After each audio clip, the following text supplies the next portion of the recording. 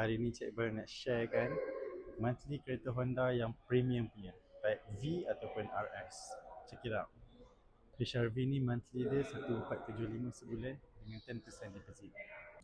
Honda City Hatchback ni Type V RM997 sahaja sebulan dengan 10% deposit.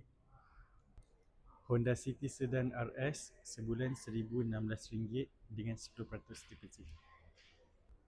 WRV RS ni sebulan RM1116 dengan 10% deposit.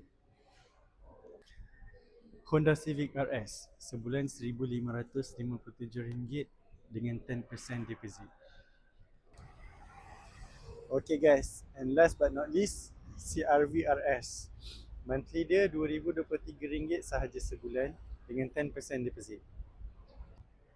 Baik guys, itu dia tadi monthly untuk kereta-kereta premium brand Honda, Type V ataupun RS. So kalau nak tahu lagi untuk type-type yang lain, boleh hubungi Cik Bar di ruangan komen ataupun PM Cik Bar direct.